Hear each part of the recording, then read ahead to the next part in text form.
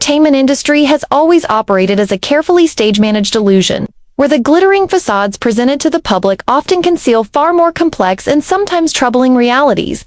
For nearly 2 decades, Ellen DeGeneres reigned supreme as daytime television's beloved queen of kindness, her daily talk show serving as a cultural touchstone built on infectious dance numbers, feel-good moments, and the deceptively simple yet powerful mantra of be kind to one another.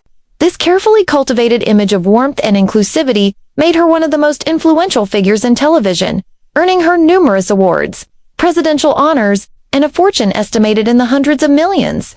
But behind the scenes, a very different narrative was unfolding, one that's now being dragged further into the harsh light of public scrutiny through comedy legend Margaret Cho's explosive recent revelations, which paint a portrait of calculated exclusion and professional pettiness that fundamentally undermines Elon's carefully constructed public persona.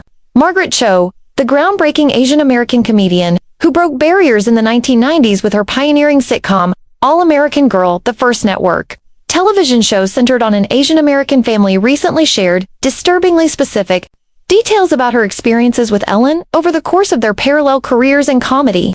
What begins as a seemingly ordinary story of 2 comedians who moved in similar circles takes a dark and revealing turn, as Cho describes Elon's inexplicable coldness toward her, a behavioral shift that suggests something far more deliberate than simple professional distance or personality clashes. Ellen was really weird and not nice to me for most of my career, Cho stated bluntly in her recent interview, her words carrying the unmistakable weight of decades of quiet frustration and professional slights that clearly still resonate deeply. This wasn't a case of mutual dislike or natural drifting apart between colleagues, but rather what appears to be a one-sided freeze-out where Ellen allegedly began systematically ignoring Cho, treating her as invisible at industry events, and ultimately erasing her from professional consideration in ways that had tangible career consequences. The most devastating and revelatory moment in Cho's account concerns a particularly cruel professional snub involving an appearance she made on Ellen's show during its early seasons, when the program was still establishing itself in the competitive daytime landscape. During this episode, Cho shared the stage with none other than music legend David Bowie, one of the most revered and influential artists of the modern era.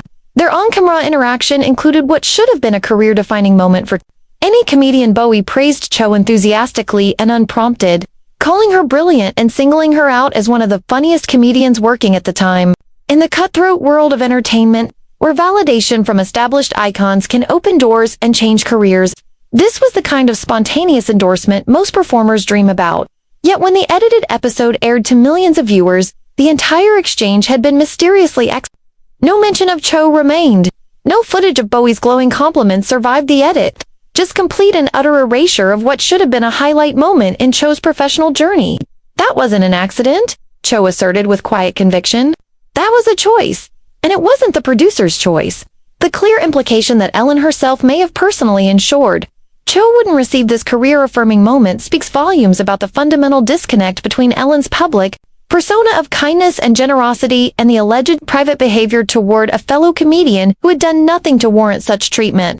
This pattern of exclusion and professional pettiness fits disturbingly well with the growing collection of accounts that have emerged about Elon's behind-the-scenes behavior over the years. The 2020 toxic workplace scandal, which first cracked the carefully maintained veneer of her be kind persona, saw numerous former employees coming forward with consistent descriptions of a culture of fear, intimidation, and racial insensitivity behind the scenes of her show. Multiple staffers reported being fired for taking medical leave or attending family funerals, while others described an environment where executives routinely made racist comments and where employees lived in constant fear of being summarily dismissed for minor infractions. Ellen's eventual on-air apology, delivered in the show's season 18 premiere, did little to address the fundamental hypocrisy at play.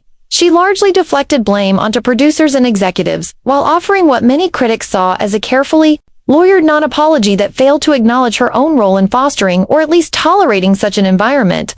Then there was Dakota Johnson's now legendary moment during her 2019 appearance, where she publicly and pointedly called out Ellen's lie about not being invited to her birthday party, a rare instance of a guest refusing to play along with Ellen's carefully constructed narrative, and exposing the manipulative tactics that sometimes underpinned the show's spontaneous moments.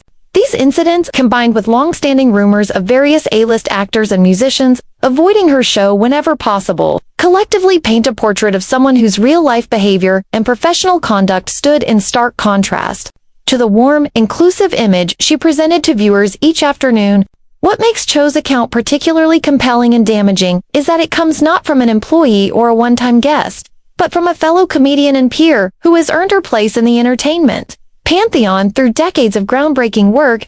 As one of the few Asian American women to achieve mainstream success in stand-up comedy during the 1990s, a period when the industry was even more overwhelmingly white and male than it is today, Cho has faced more than her share of professional obstacles and understands better than most how power operates in Hollywood's stratified hierarchy.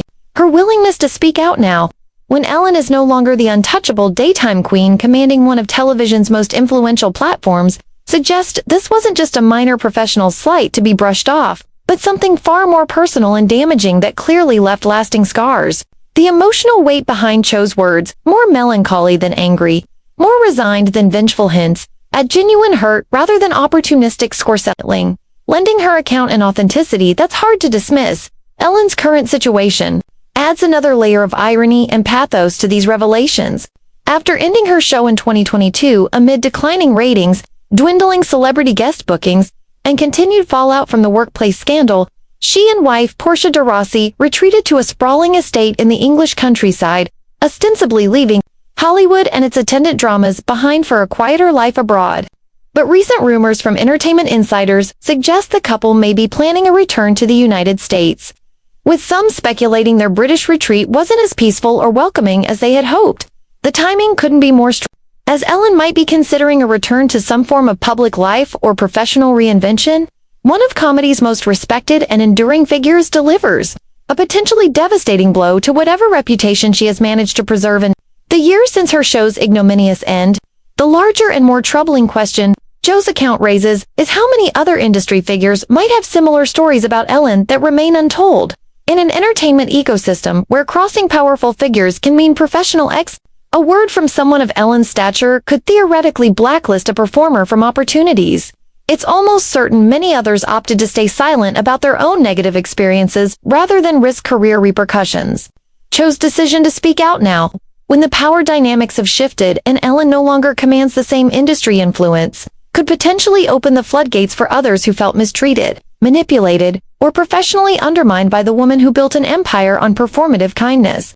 It also forces audiences to reckon with their own complicity in maintaining Ellen's facade, choosing for years to believe the cheerful dancing host over mounting evidence of something much darker lurking beneath the surface. At the time of this writing, Ellen has remained characteristically silent about Cho's claims, maintaining the same strategy of selective muteness she's employed during previous controversies.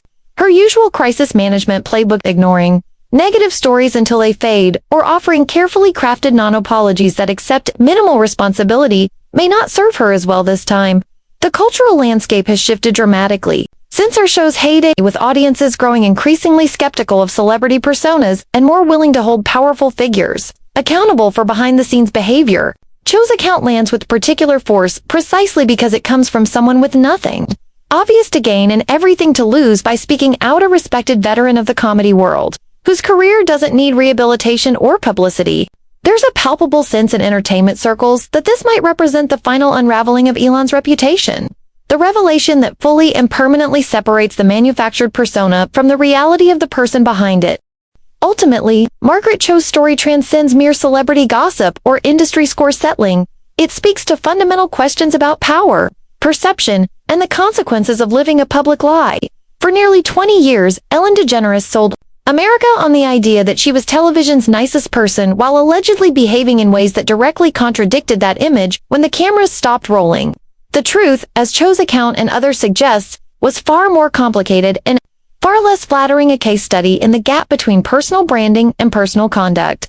In an era where audiences increasingly demand authenticity from public figures, and where social media makes it harder than ever to maintain carefully constructed facades, Ellen's legacy may ultimately serve as one of entertainment's most cautionary tales about what happens when the distance between persona and reality becomes too vast to sustain. The Queen of Kindness built her empire on a foundation that appears to have been anything but kind, and as more voices like Cho's come forward, that empire continues its inevitable collapse, leaving in its wake uncomfortable questions about why it took so long for the truth to emerge and why so many were willing to look away for so long.